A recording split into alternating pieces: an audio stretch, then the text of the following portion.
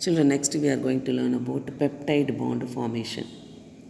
The amino acids are linked covalently by peptide bonds. What is meant by a peptide bond? Before that, proteins are made up of amino acids. Amino acids are the building blocks of proteins. Everything I have clearly explained. Amino acids connected in various sequences are bonded called the peptide bond. Now we'll see about the peptide bond.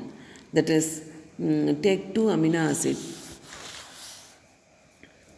here, amino acid 1 and amino acid 2.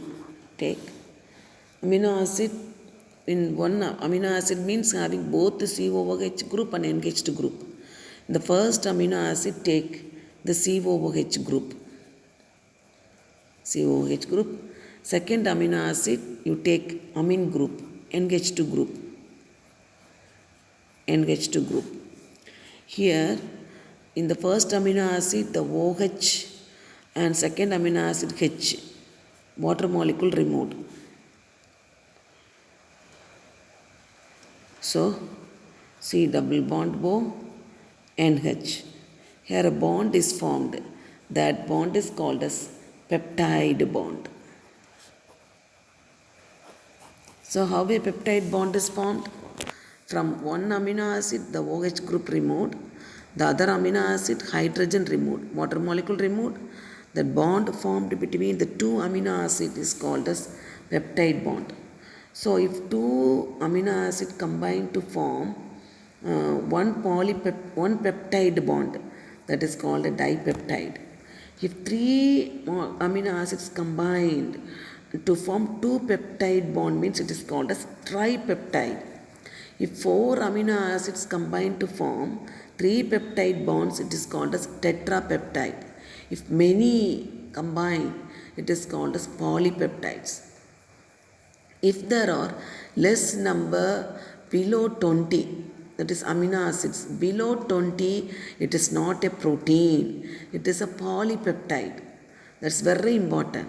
If the number of proteins below 20, it is not called as a protein, but it is called as a polypeptide. So in protein, for all the protein molecules, one end will be amino end. The other end will be the carboxyl end. Amino end means NH2 group.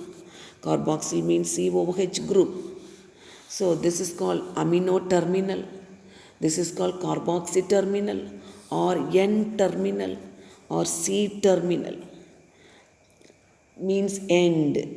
So protein sequence denoted by N terminal to C terminal. For example, in a book, an example given, that is glycine and alanine.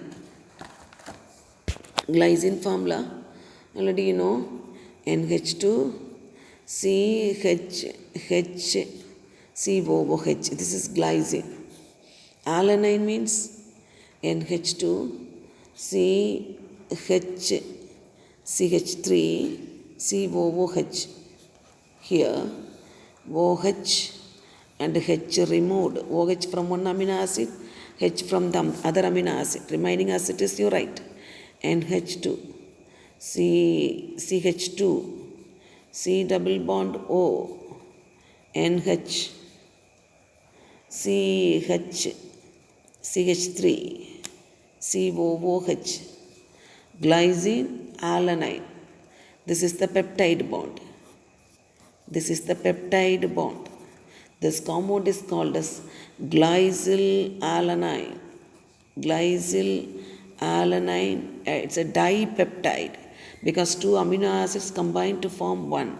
That is called as a dipeptide. So based upon this classification, proteins are classified into two based upon their structure. One is fibrous proteins, the other one is globular proteins. Fibrous proteins means having fibers, that is long molecule, this one. Globular proteins meaning globulous, that is overall spherical in shape. Then other some differences. It is insoluble in water. This is soluble in water. This is held together by disulfide bridges or weak intermolecular hydrogen bonds. This is folded. These polypeptide chains are folded into a spherical shape. The madinji folded. Then it is often used as structural proteins. They give strength and support. This one gives functional, all the functions based upon this. So it is called as functional proteins. That is metabolic reaction, catalysis involved.